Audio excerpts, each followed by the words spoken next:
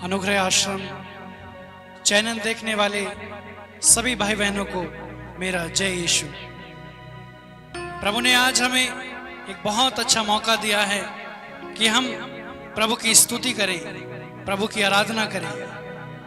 प्रभु का वचन कहता है इब्रानियों के नाम अध्याय 13 वचन संख्या 15 में लिखा है, हम ईसा के द्वारा ईश्वर को स्तुति का बलिदान और उसके नाम की महिमा करने वाले होठों का फल निरंतर चढ़ाना चाहते हैं।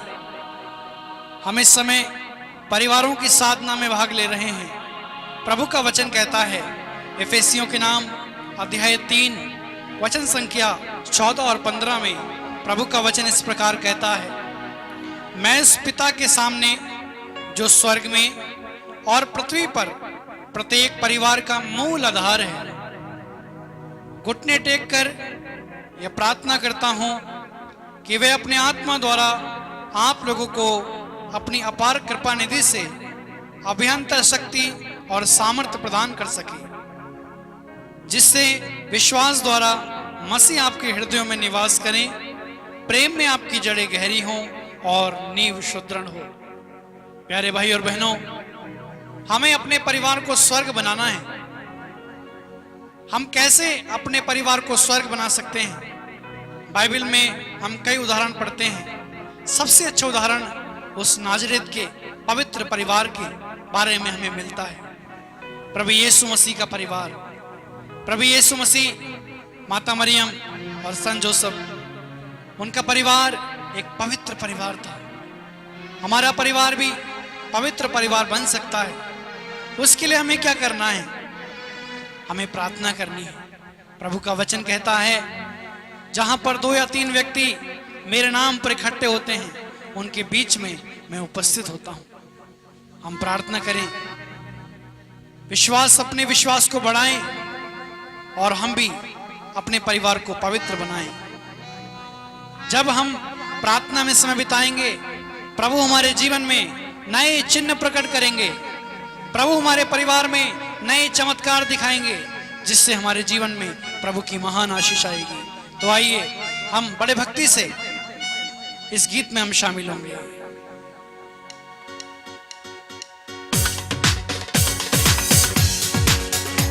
सभी लोग तालियां बजाते हुए, प्रभु की स्तुति करते हुए, उसकी महिमा गाते हुए, उसकी आराधना करते हुए, वो प्रभु ईश्वर हमारे जीवन में नए चिन्ह प्रकट करने वाला ईश्वर है।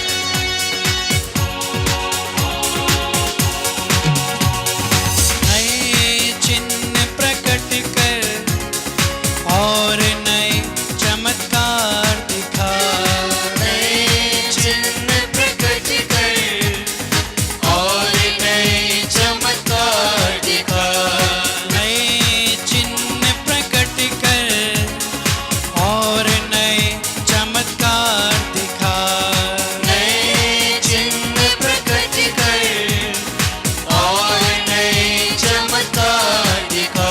मेरे दिल में आ जा यीशु, मेरे मन में आ जा यीशु, मेरे दिल में आ जा यीशु, मेरे मन में आ जा यीशु। नए चिन्ह प्रकट कर और नए चमत्कार दिखा, नए चिन्ह प्रकट कर और नए चमत्कार दिखा। हम प्रार्थना करें इस समय, प्रभु से कहें, प्रभु मेरे परिवार को आपके परिवार के जैसा बना दीजिए। हे प्रभु, आप मेरे परिवार में आ जाइए।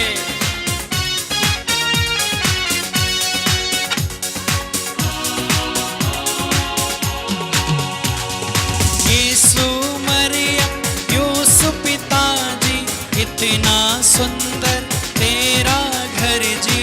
यीशु मरियम यूसुफ पिताजी, कितना सुंदर तेरा घर जी। यीशु मरियम यूसुफ पिताजी, कितना सुंदर तेरा घर जी।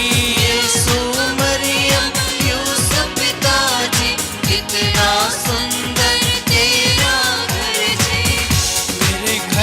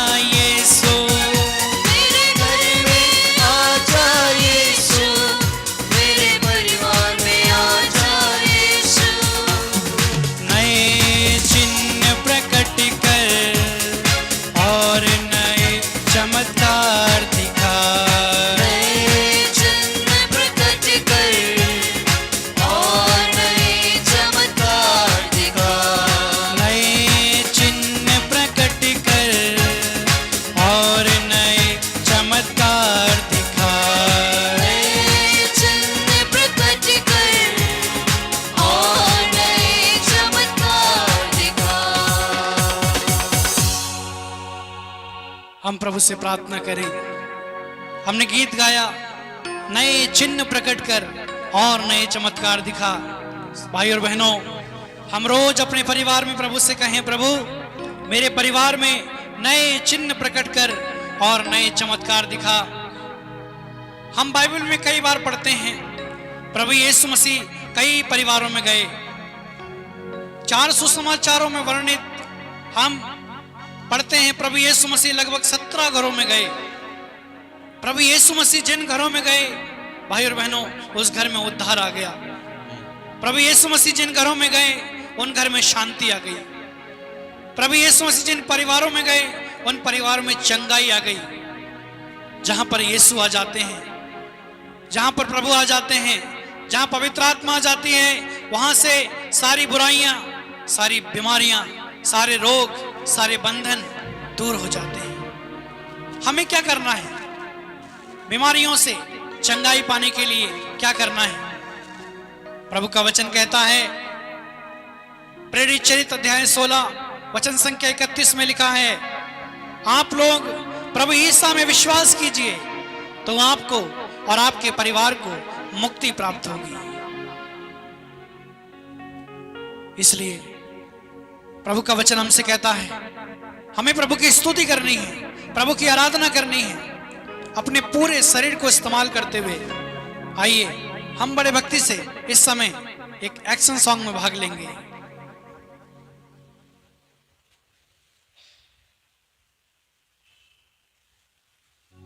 आइए हम सभी लोग, जो लोग अपनी जगह पर हैं, सभी लोग खड़े हो जाएंगे। मैं आपसे अनुरोध करता हूं, हम सभी लोग प्रभु की स्तुति में समय बिताएंगे। इस समय इस एक्शन सॉन्ग में समय बिताएंगे, प्रभु की स्तुति करेंगे। आइए हम ताली बजाते हुए इस एक्शन सॉन्ग में भाग लेंगे।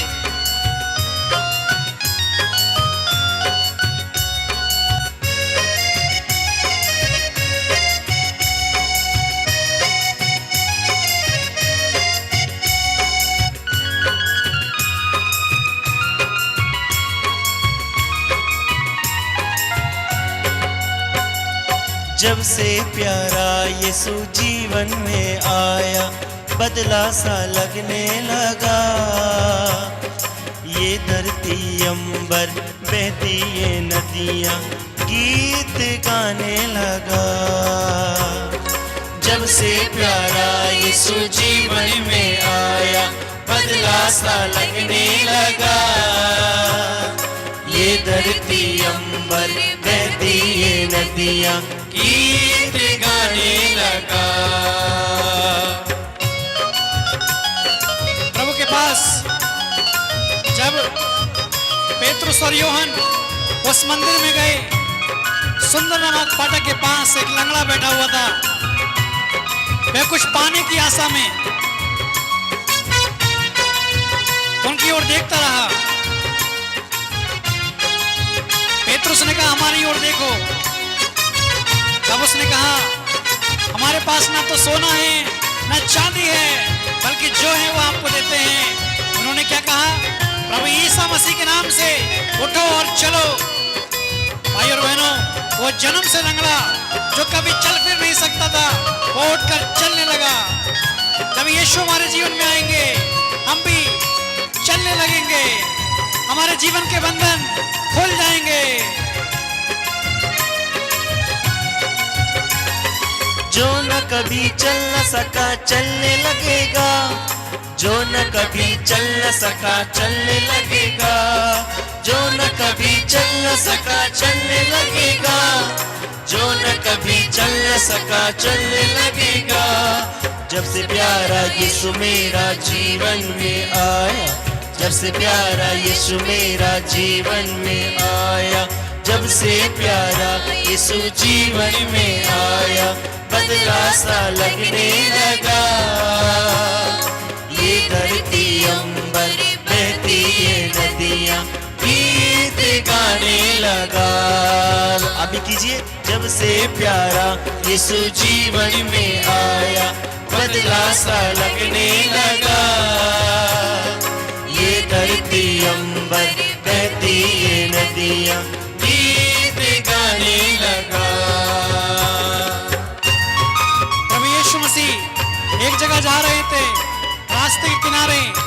एक अंधा बैठकर भीख मांग रहा था। वो पुकार रहा था, ईसा दाऊद के पुत्र मुझ पर दया कीजिए। प्रभु ने उसे बुलाया और उससे पूछा, तुम क्या चाहते हो, मैं तुम्हारे लिए क्या करूं? उसने कहा, प्रभु मैं देखना चाहता हूं। प्रभु ने कहा, जाओ, तुम्हारे विश्वास ने तुम्हारा उद्धार किया है। भाई और बहनों, वो जन्म से अंधा वो देखने लगा। जब प्रभु यीशु हमारे जीवन में आएंगे, हमारा भी यही हाल होगा।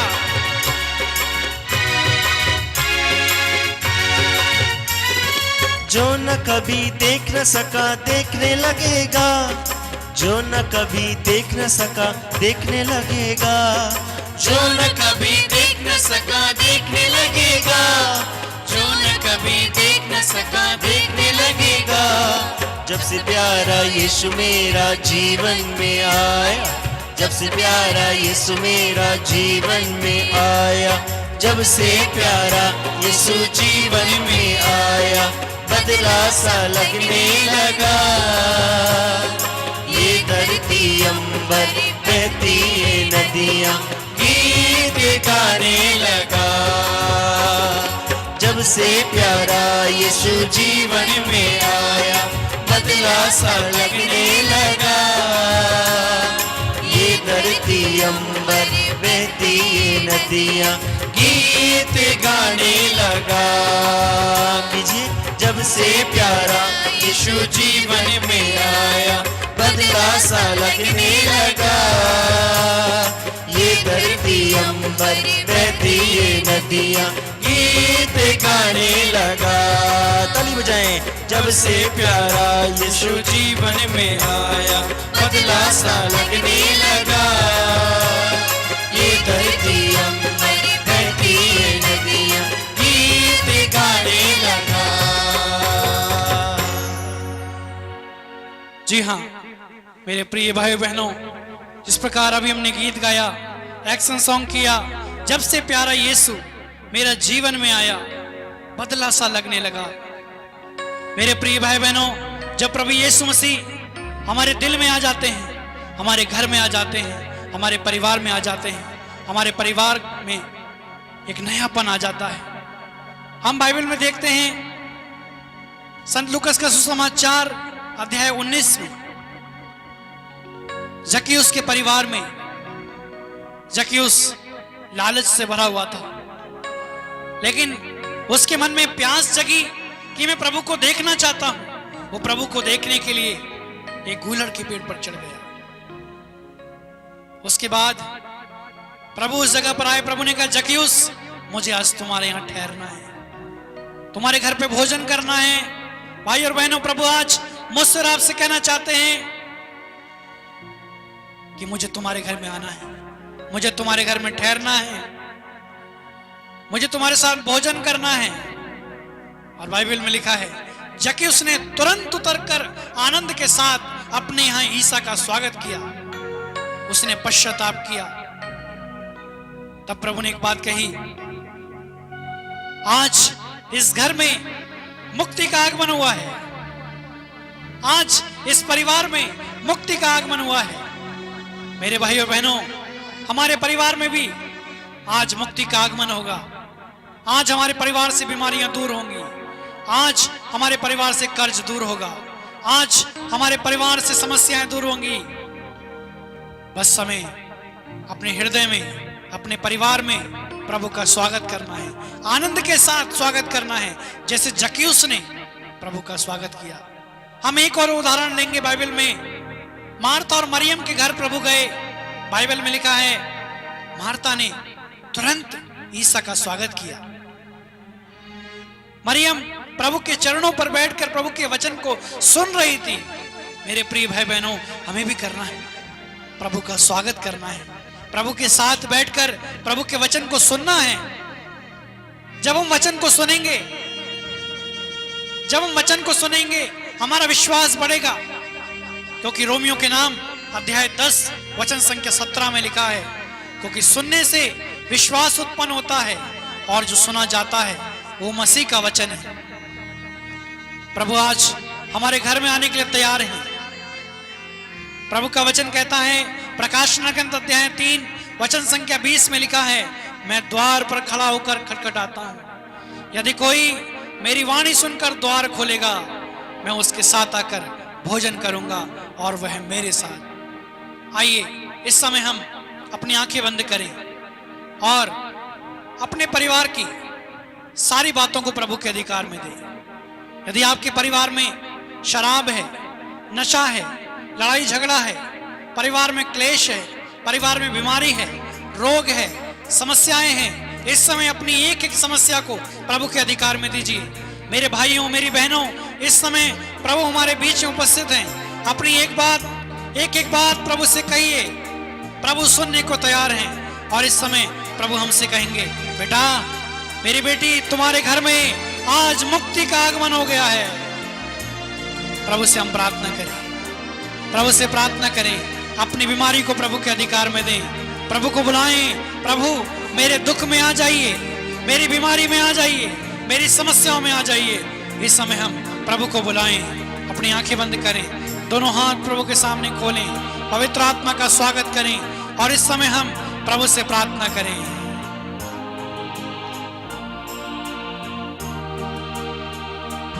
ए मसीहा तू आजा, मेरे जीवन में तू समा जा।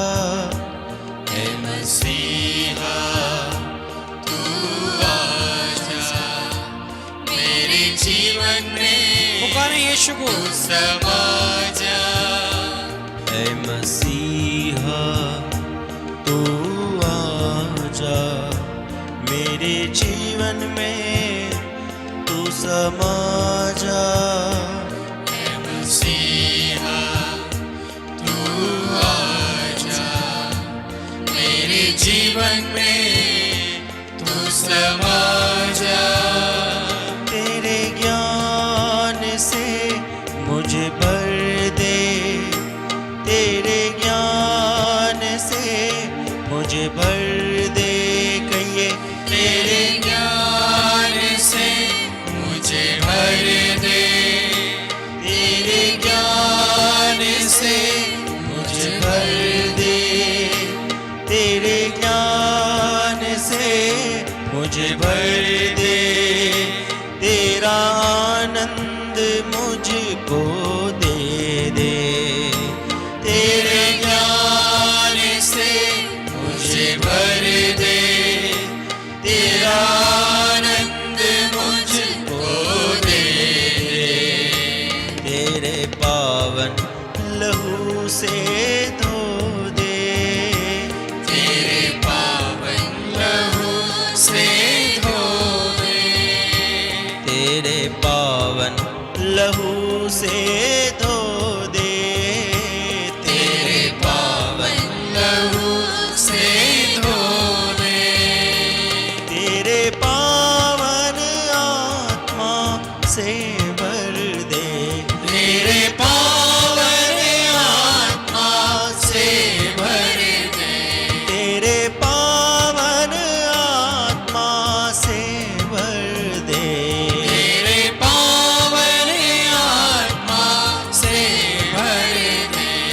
मुझे पावन आत्मा से भर दे, मुझे पावन आत्मा से भर दे। एक साथ कहेंगे, ए मसीहा तू आजा, मेरे जीवन में तू समा जा। ए मसीहा तू आजा, मेरे जीवन में तू समा जा। विश्वास करें, प्रभु हमारे बीच उपस्थित है। हम बुलाएं, प्रभु मेरे परिवार में आ जाइए, मेरे घर में आ जाइए। प्रभु मैं आपका स्वागत करता हूँ। हे प्रभु, आप मेरे जीवन में आइए, मेरे जीवन की परिस्थितियों में आइए, मेरी बीमारी में आइए, मेरे दुख में आइए। प्रभु मेरी परिस्थिति को बदल दीजिए। प्रभु आइए, प्रभु मेरे जीवन में आइए, प्रभु मेरे परिवार में आइए। प्रभु मेरे परिवार से सारा नशा, हर प्रकार का लड़ाई झगड़ा आपके नाम से दूर हो जाए प्रभु मेरे परिवार में आ जाइए। ऐ मसीहा तू आजा, मेरे घर में तू समा जा। बुलाइए अपने घर में। ऐ मसीहा तू आजा, मेरे घर में तू समा जा। ऐ मसीहा तू आजा, मेरे घर में तू समा जा। ऐ मसीहा तू आजा, मेरे घर में तू समा जा। तेरे ज्ञान से मुझे भर दे, तेरी शांति मुझको दे दे।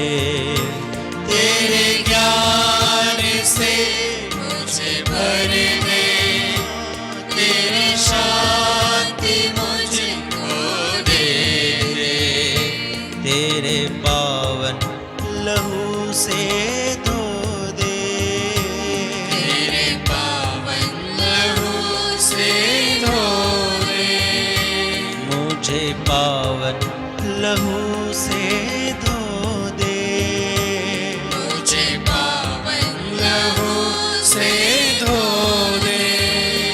तेरे पावन आत्मा से भर दे, तेरे पावन आत्मा से भर दे। मुझे पावन आत्मा से भर दे, मुझे पावन आत्मा से भर दे। मुझे पावन आत्मा से भर दे, मुझे पावन। एक साथ कहेंगे, हम सब मिलकर कहें, मुझे पावन आत्मा से भर दे, मुझे पावन आत्मा से भर दे। मुझे पावन आत्मा से भर दे। विश्वास करें, पवित्र आत्मा हमारे बीच उपस्थित है। भाई और बहनों, इस समय हम आपके लिए प्रार्थना कर रहे हैं। इस समय अपने परिवार को प्रभु के चरणों में समर्पित करें। और इस समय जितने भाई बहन इस समय इस स्तुति आराधना में शामिल हैं, हम आपके लिए विशेष प्रार्थना कर रहे हैं। आपके शरीर के जिस हिस्से में दर्द है, बीमारी है, रोग है, उस जगह पर अपना हाथ रखिए विश्वास के साथ। वचन में लिखा है, विश्वास करने वालों के लिए सब कुछ संभव है। जो मनुष्य के लिए संभव है वो ईश्वर के लिए संभव है। प्रभु जी, आज हम प्रार्थना करते हैं, प्रभु ईसा मसीह नाज़री के नाम से हर प्रकार का दर्द, हर प्रकार की बीमारी, हर प्रकार की समस्याएं, हे प्रभु यीशु आपके पवित्र नाम से नष्ट हो जाएं। आमीन। हे प्रभु, हम प्रार्थना करते हैं इसी समय इन लोगों के जीवन से सारी अंधकार की शक्तियां, हे प्रभु अंधकार की शक्तियां, हर प्रकार की दुष्ट वैरी की आत्मा प्रभु आपके पवित्र नाम से दूर हो जाए। हम प्रार्थना करते प्रभु इन परिवारों से हर प्रकार का नशा, लड़ाई झगड़ा, हे प्रभु कर्ज आपके पवित्र नाम से दूर हो जाए। प्रभु आज हम प्रार्थना करते इस समय जितने भाई बहन हे प्रभु इस समय से स्तुति आराधना में शामिल हैं, एक एक भाई बहन को हम आपके चरणों में समर्पित करते हैं। हे प्रभु जी, हम प्रार्थना करते हैं जितने लोगों के जीवन में बेरोजगारी है, जितने लोगों के जीवन में गरीबी है, समस्या है, हे प्रभु दुख है, वे इसी समय सारा दुख, सारी समस्याएं, सारी गरीबी, बेरोजगारी आपके पवित्र नाम से नष्ट हो जाए। हे प्रभु हम प्रार्थना करते हैं विशेष रीति से हर एक परिवार स्वर्ग बन जाए। प्रभु परिवार में जो समस्याएं हैं, जो भी कष्ट हैं, प्रभु सारे कष्ट आपके नाम से दूर हो जाएं। और हम मांगते हैं प्रभु जितने भाई बहन इस समय इस स्तुति आराधना में शामिल हैं, उन सभी के परिवारों में विश्वास का वरदान आ जाए। हे प्रभु आपके वचन पढ़ने की सामर्थ्य आ जाए, प्रार्थना करने का वरदान मिल जाए। प्रभु तेरी महिमा इन परिवारों में हो जाए। यही प्रार्थना करते हैं उद्धारकर्ता प्रभु यीशु मसीह के सामर्थ्य नाम से मांगते हैं, आमीन।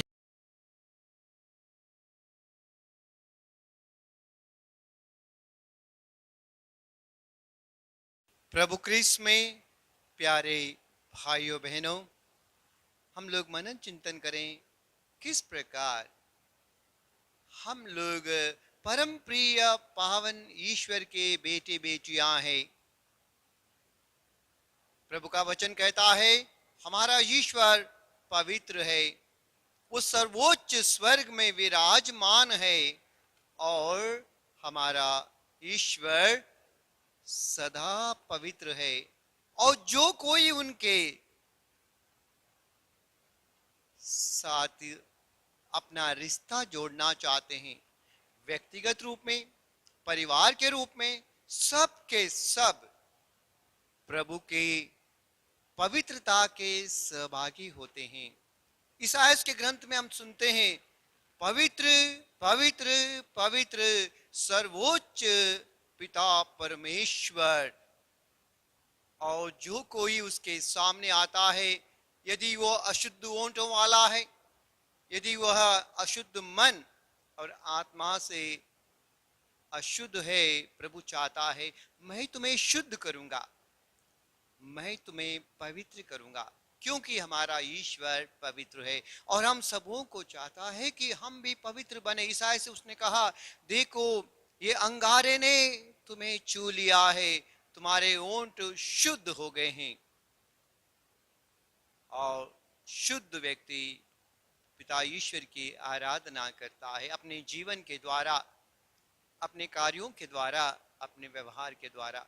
आइए हमारा परिवार किस प्रकार ईश्वर के उस पवित्र परिवार का सहभागी हो जाए। ईश्वर की पवित्रता में हमें सहभागी होने के लिए हमें क्या करना चाहिए।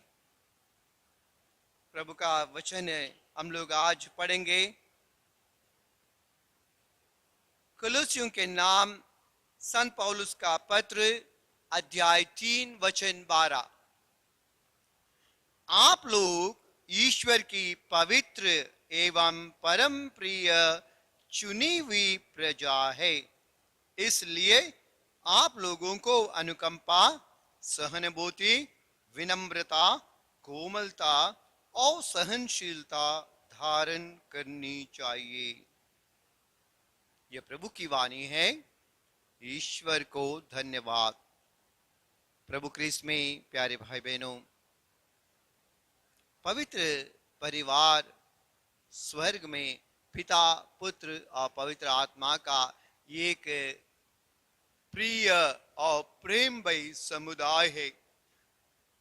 और उस पवित्र परिवार के सदस्य बनने के लिए हम लोग बुलाए गए हैं। आप लोग चुनी हुई प्रजा हैं। आप लोग अन्य लोगों जैसा नहीं है दिखने के लिए। आप आपके अड़ोस पड़ोस में रहने वाले गैर ईसाई परिवारों जैसा ही है। परिवार का संगठन, दादा दादी, माता पिता, बच्चे, ये इस प्रकार का परिवार का संगठन तो है। इसमें हमारे परिवार, क्रिस्तीय परिवार, गैर क्रिस्तीय परिवार, चाहे किसी जात या धर्म का क्यों ना हो, कोई ज्यादा फर्क नहीं है। लेकिन इसके बावजूद हम लोगों के बारे में पवित्र वचन कहता है आप लोग ईश्वर की चुनी हुई प्रजा है और पवित्र प्रजा है। जी हाँ, आपका परिवार एक क्रिस्तीय परिवार है। आपका परिवार एक क्रिस्तीय परिवार है। यदि आज आप पहले बार पवित्र वचन सुन रहे हैं, आप समझ लिए आपका परिवार एक विश्वासी परिवार है, एक क्रिस्त भक्त परिवार है, प्रभु की ज्योति में आया हुआ परिवार है। इस ज्योति में चलने वाले परिवार की परिभाषा क्या है?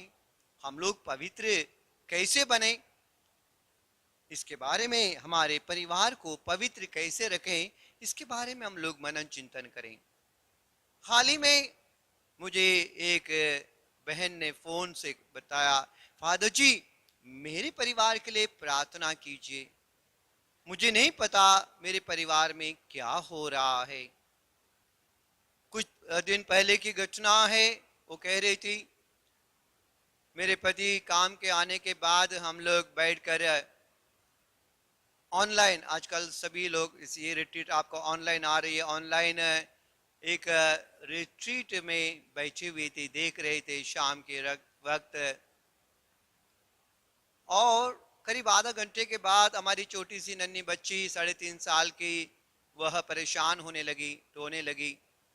तो मैं उसको लेकर किचन की तरफ चली गई और उसको सांत्वना देते हुए उसको कुछ पीने के लिए मैंने बना के दिया। और उसी समय मैं वहाँ एक दो बर्तन थे, उसको भी, उसके दूध के बर्तन में साफ कर रही थी। अचानक मेरे पति उठकर आए और बड़े गुस्से के साथ हम दोनों पर बुनबुनाने लगे। और उतना ही नहीं, उन्होंने मेरे पीठ पर 2 मुक्के मारे। हाँ, मुझे बहुत चिंता हुई कि क्या हो रहा है, मैंने कौन सी गलती की है। क्या बच्चे को जो रो रही है प्रार्थना के बीच, जो साधना हम लोग देख रहे थे उसके बीच, उसको अलग ले जाकर थोड़ा सा शांत करना कोई गलत बात थी? वचन के बीच में मेरे पति मुझ पर क्यों आक्रामक मोड में आ गई? मुखों के मुझे दर्द से ज्यादा मेरा दिल में जो चोट आई है वह बहुत ही कठिन चोट आई है, बहुत गहरी चोट आई है। मैं बड़ी दुखी हूं, मेरे लिए प्रार्थना कीजिए। जी हाँ, मैंने प्रार्थना की और उस बहन के हृदय में शांति उतर आई। प्रभु क्रिस्त में प्यारे भाई बहनों, एक सुंदर अच्छा परिवार बनने के लिए क्या करना चाहिए? कैसे हमारे परिवार पवित्र परिवार बन जाए? हमारा पवित्र बाइबल में उदाहरण है कि हम लोग यूसुफ, माता मरियम और बालक यीशु का परिवार को पवित्र परिवार कहते हैं, और वो हमारा आदर्श परिवार है। मैं बार बार कहता हूं, पवित्र बाइबल परिवारों की कहानी है। आदम और युवा का परिवार जो ईश्वर ने रचा सुंदर और पवित्र परिवार था, लेकिन शैतान ने अपने जहर उसमें घोल दिया और हम जानते हैं वो परिवार पवित्र परिवार से एक अशांत परिवार बन गया। और अशांत परिवार में एक दूसरे पर उन्होंने उंगली उठाना शुरू कर दिया। पति ने पत्नी पर उंगली उठाना शुरू कर दिया, पत्नी ने पति पर उंगली उठाना शुरू कर दिया, और इस प्रकार वे आपस में वैर करने लगे। और शैतान की दूरता से वहां पर कलंक आ गया, और इस प्रकार परिवार में एक तरह से विघटन शुरू हुआ। और उस दिन से आज तक परिवारों की कहानी पवित्र बाइबल में लिखी है। हम लोग आगे देखते हैं परिवार में कैसे बच्चे आपस में लड़ रहे हैं। कुछ अध्याय के बाद उत्पत्ति ग्रंथ में हम लोग पढ़ते हैं कि बच्चे, एक बेटे ने दूसरे बेटे को मार डाला। और आगे हम पढ़ते हैं नूह का परिवार एक अच्छा सज्जन ईश्वर भक्त का परिवार, उनके 3 बेटे और उनके दंपति का परिवार, उनकी पत्नियों के साथ करीब 4 परिवारों का यह बड़ा परिवार, नूह का परिवार, एक सुंदर उदाहरण। आगे जाकर हम इब्राहिम का परिवार के बारे में सुनते हैं,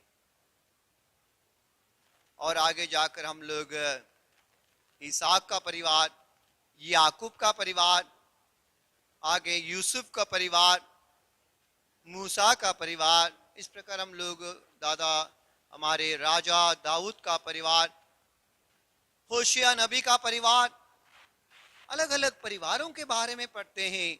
और जाकर हम लोग नया व्यवस्थान में संत लूका के सुसमाचार में पढ़ते हैं, पहले 2 अध्याय में नाजरेत का पवित्र परिवार।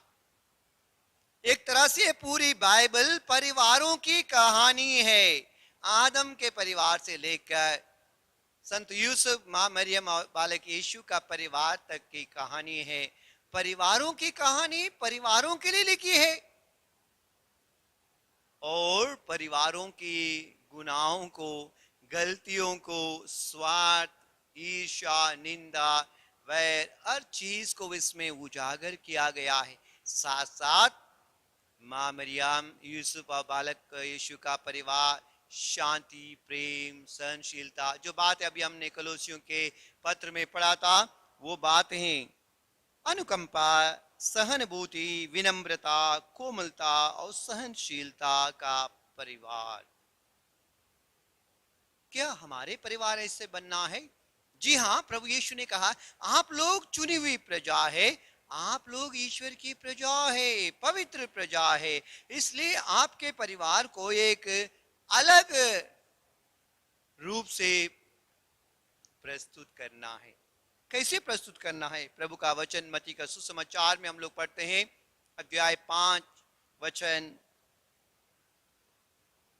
हम लोग मत्ती का सुसमाचार अध्याय 5 और वचन हम लोग 14 में इस प्रकार पढ़ते हैं, तुम संसार की ज्योति हो, पहाड़ पर बसा हुआ नगर छिप नहीं सकता।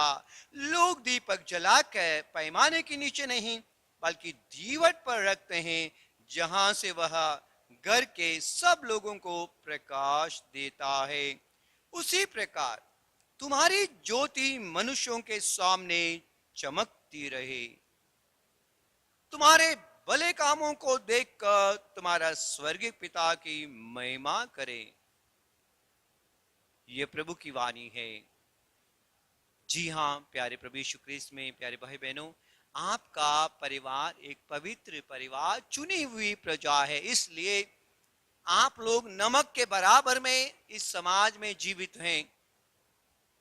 हो सकता है आपका अकेला परिवार हो, आपके पूरे मोहल्ले में जो क्रिस्तिया कहलाता है, केवल क्रूस टांगने से नहीं बल्कि आपकी ज्योति चमकती रहे, आपकी ज्योति चमकती रहे। कौन सी वाली ज्योति? आप उनके जैसे काम में जाते हैं, वापस आते हैं, अपना परिवार चलाते हैं, आप भी, वो लोग मंदिर जाते हैं, आप भी जाते हैं, लेकिन आपके परिवार में एक ज्योति है। वो ज्योति प्रभु यीशु का सुसमाचार है। प्रभु ने कहा जो मेरा अनुसरण करता है वो अंधकार में भटकता नहीं रहेगा। Hallelujah, hallelujah, hallelujah.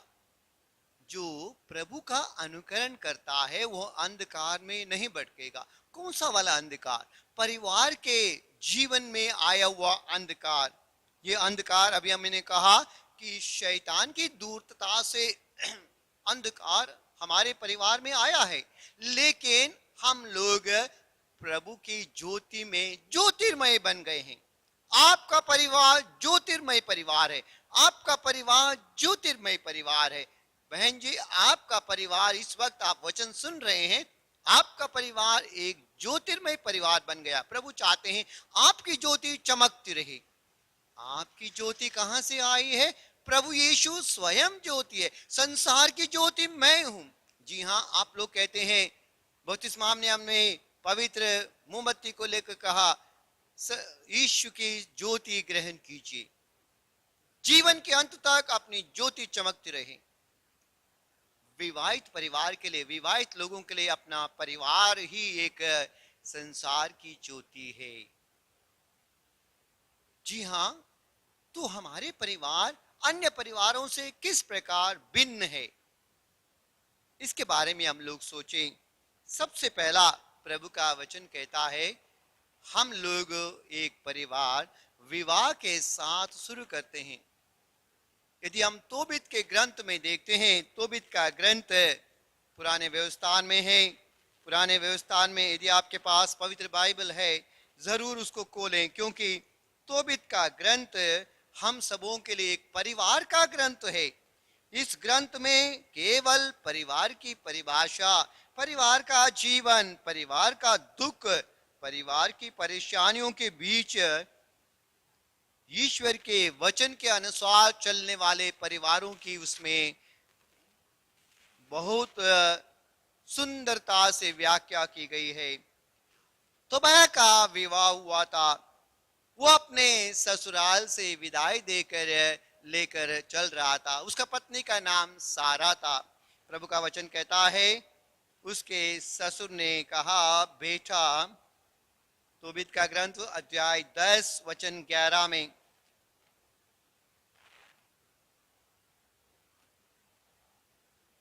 रागवेल ने उठकर उसने उन्हें विदा कर जाने दिया और तोबिया से कहा, बेटा, स्वस्थ रहो, सकुशल जाओ, स्वर्ग का ईश्वर तुम्हारा पद प्रदर्शन करें।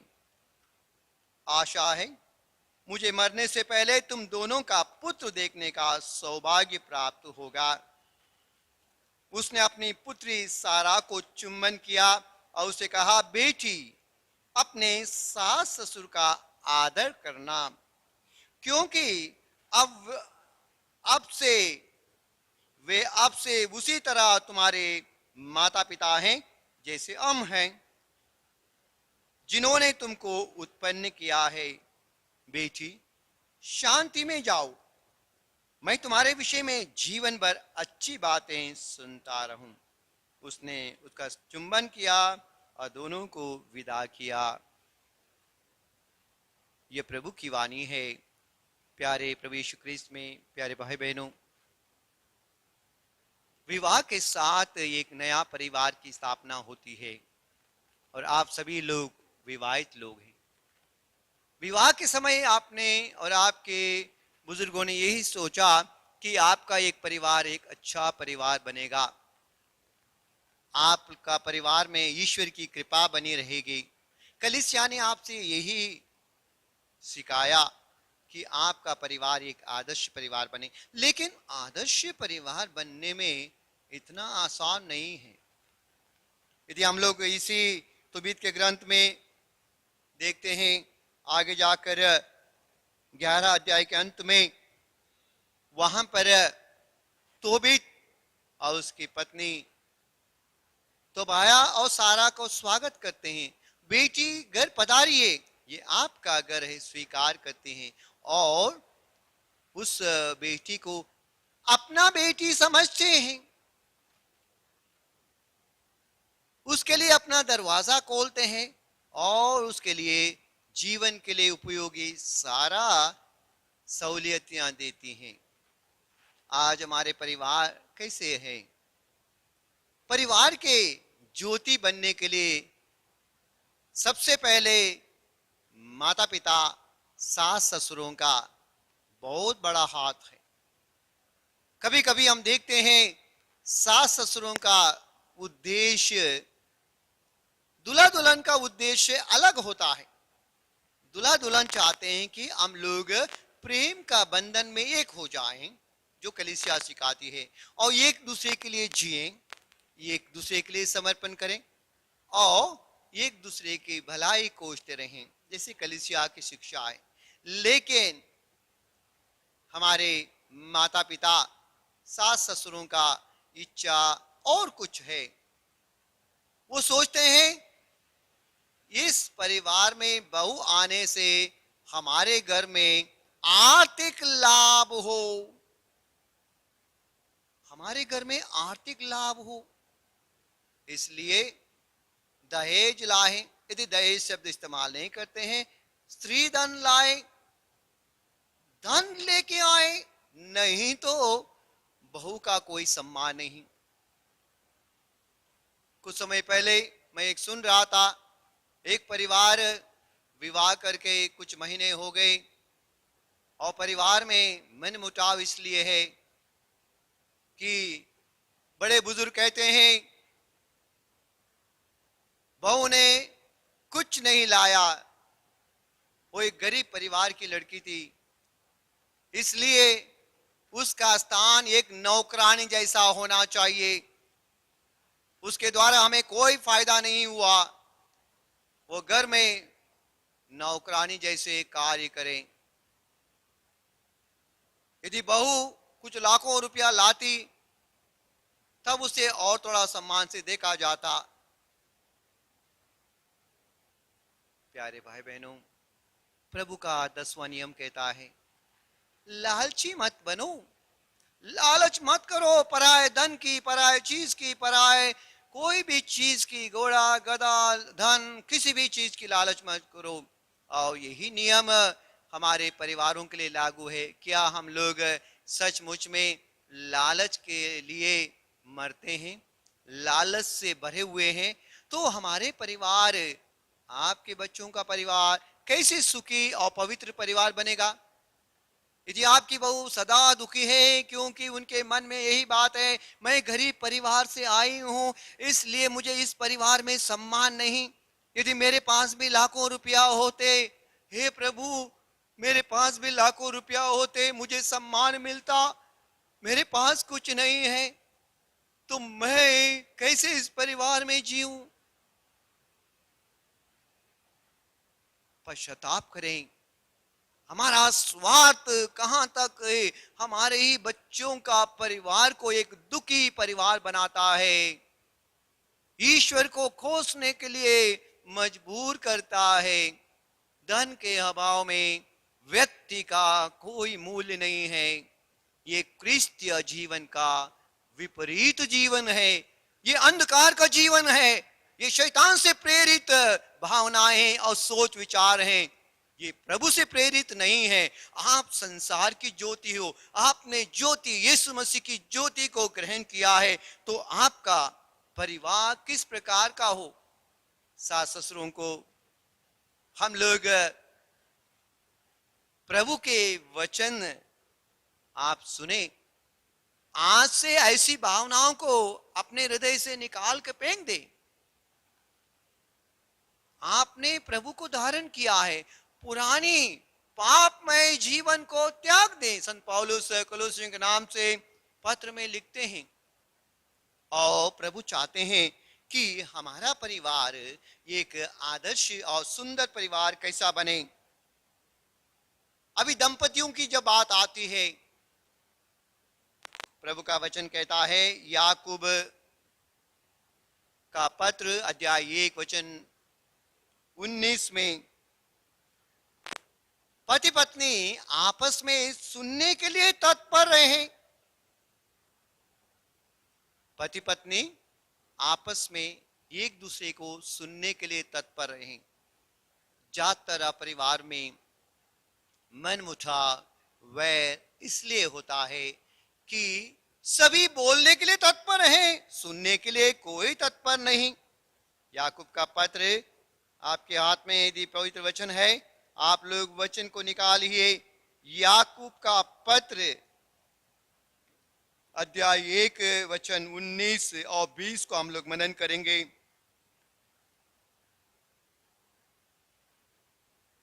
एक में वचन 19, प्रिय भाइयों आप ये अच्छी तरह समझ लें, प्रत्येक व्यक्ति को सुनने के लिए तत्पर रहें, किंतु बोलने में और क्रोध करने में देर करें।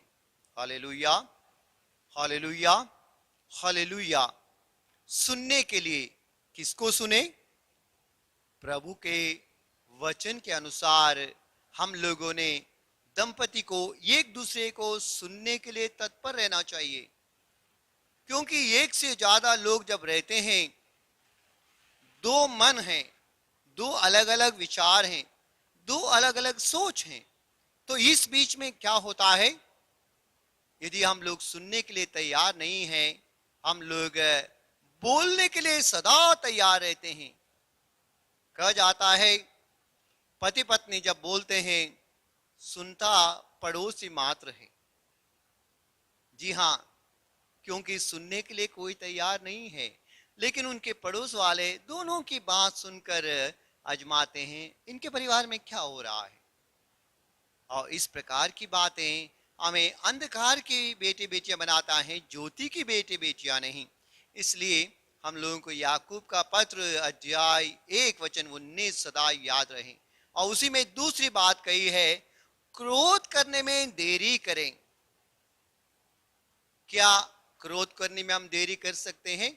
जी हां, हो सकता है परिवार का एक सदस्य, दंपतियों के बीच में एक सदस्य को किसी बात पर क्रोध आया और वो क्रोधित होकर अपनी आवाज ऊंची उठाता है, दूसरे पर ताना काटता है या कुछ बात कहता है जो उसे कड़वी लगती है, प्रभु का वचन कहता है दूसरा व्यक्ति क्रोध करने में देरी करे। हम लोग क्या कहते हैं, तुरंत उसने क्रोध किया, हमने उसका प्रतिभटन किया और कुछ समय के बाद दोनों क्रोध में उबल रहे हैं और परिणाम क्या होता है? परिणाम लड़ाई झगड़ा शैतान का काम है और ये परिवार को तोड़ देता है, एक दूसरे के दिल में दरारें डालता है। प्रेम में जब दरारें आ जाती हैं तो क्या होता है? परिवार में अशांति फैलती है। वचन 20 को हम लोग पढ़ते हैं, क्योंकि मनुष्य का क्रोध उस धार्मिकता के सहायक नहीं होता जिसे ईश्वर चाहता है। जी हां, मनुष्य का क्रोध वो कहां से आता है? हर एक मनुष्य के अंदर से क्रोध जरूर आता है, चाहे छोटा बच्चा हो, चाहे जवान हो या शादीशुदा हो। परिवार में क्रोध, हर एक इंसान से क्रोध उत्पन्न होता है, लेकिन शांति प्रभु से आती है। इसलिए आगे वचन कहता है, कलोसियों के नाम जो पत्र हम लोग पढ़ रहे थे, जो हमारा शुरुआत के बाद हम लोगों ने सुना था कि ईश्वर की शांति आपके हृदय में राज्य करे। ईश्वर की शांति आपके हृदय में राज्य करने के लिए क्या करना होगा? आपको हृदय में शांति के राजा यीशु मसीह के वचनों को रोज ग्रहण करने होंगे और उस शांति से जीने के लिए यीशु से आशीर्वाद मांगनी होगी, हर एक को, पति को, पत्नी को, बच्चों को, सबको। क्योंकि जब बच्चे भी थोड़ा बड़े हो जाते हैं, माता पिता से क्रोध करते हैं और इस क्रोध का परिणाम क्या होता है? मन मुटाव, दरारें और उसके द्वारा अशांति। क्रोध हमारे परिवार का सबसे बड़ा जहर है। और अगला कदम क्या होता है? धार्मिकता, ईश्वर की धार्मिकता के लिए सहायक नहीं होता क्रोध। धार्मिकता क्या है? मत्ती के सुसमाचार अध्याय 5 वचन 43 हम लेते हैं। वहां पर प्रभु का वचन हमें सिखाता है कि धार्मिकता क्या है। Hallelujah, hallelujah, hallelujah. प्रभु का वचन हमें कहता है कि हम लोग धार्मिकता का जीवन जीने के लिए बुलाए गए हैं और ये धार्मिकता हमें सदा पालन करना चाहिए। Hallelujah, hallelujah, hallelujah. प्रभु की वचन हमें समझाता है, यदि आपकी धार्मिकता फारिसियों के धार्मिकता से ज्यादा, मैं वचन 20 अध्याय 5 में वचन 20, मैं तुम लोगों से कहता हूं, यदि तुम्हारी धार्मिकता शास्त्रियों और फरीसियों की धार्मिकता से गहरी नहीं हुई, तुम स्वर्ग राज में प्रवेश नहीं करोगे। प्रभु क्रिस्त में प्यारे भाई बहनों, हमारा परिवार स्वर्गीय परिवार जैसा हो।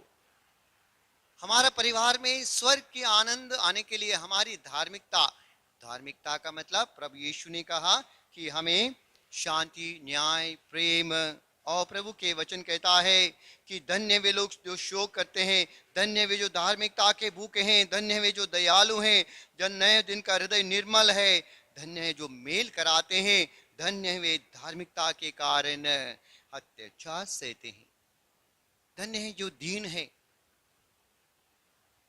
ये सारे गुण हमारे धार्मिकता को उजागर करते हैं। यदि ये गुण हमारे हृदय में नहीं है, हम लोग धार्मिक नहीं हैं। हो सकता है हम लोग मिस्सा बलिदान में भाग लेते हो सकता है शाम की माला बिनती हम लोग बोलते हो, लेकिन धार्मिकता के लिए, प्रभु की शांति का जीवन जीने के लिए प्रभु के वचनों को ग्रहण करना है और निर्णय लेना है कि प्रभु के सुसमाचार, मत्ती के रचित सुसमाचार अध्याय 5 में पहले कुछ वचन जो हमें दिए हैं उनको मैं एक एक करके मेरे जीवन में लागू करूंगा या लागू करूंगी। ये सबसे जरूरी है।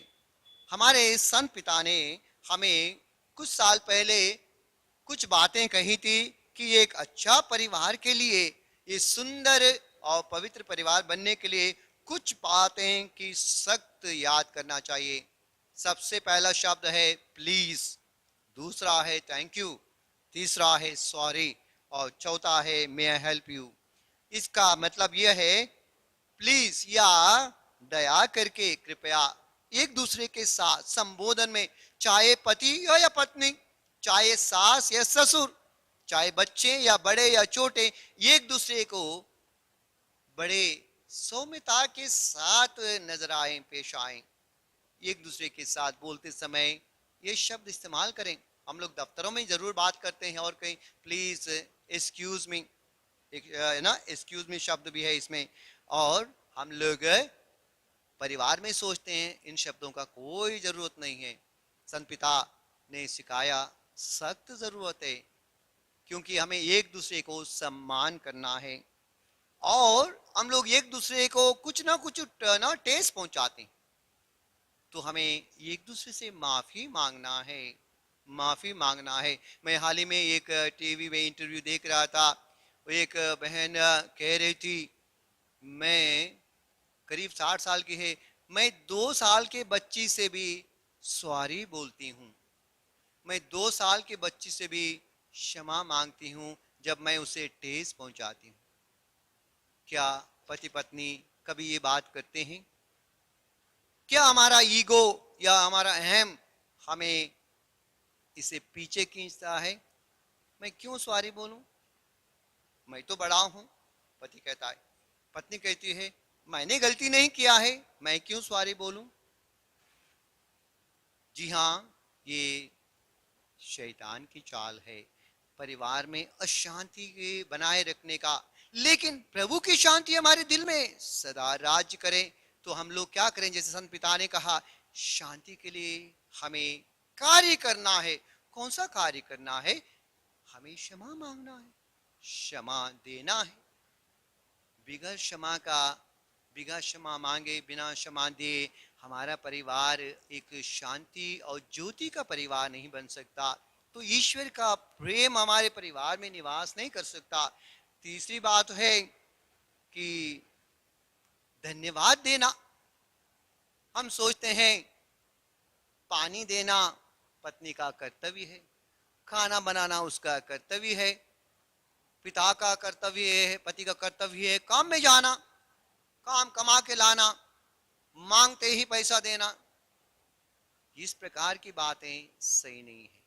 जरूर पिता प्यार से काम करके मेहनत करके लाता है, लेकिन बच्चे को उसके थैंक यू बोलना, कृतज्ञता भाव बनाए रखना सख्त जरूर है। यदि आप अपने पिता को प्रति कृतज्ञ नहीं है, पत्नी अपने पति के प्रति कृतज्ञ नहीं है, हम ईश्वर को कैसे कृतज्ञ बनते हैं?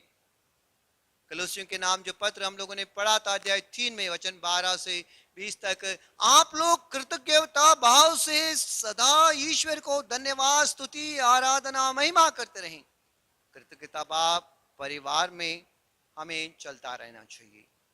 जब कृतज्ञता भाव है, हमें एक दूसरे को ग्रहण करने के लिए बहुत ही सुखद अनुभव होगा। और एक आखिरी बात संत पिता ने कहा, मे आई हेल्प यू, यानी क्या मैं आपकी मदद कर सकता हूं या मैं आपकी कैसी मदद कर सकता हूं? दंपति एक दूसरे की मदद करने में सदा तैयार रहें। हर चीज में एक दूसरे का सहकार देना।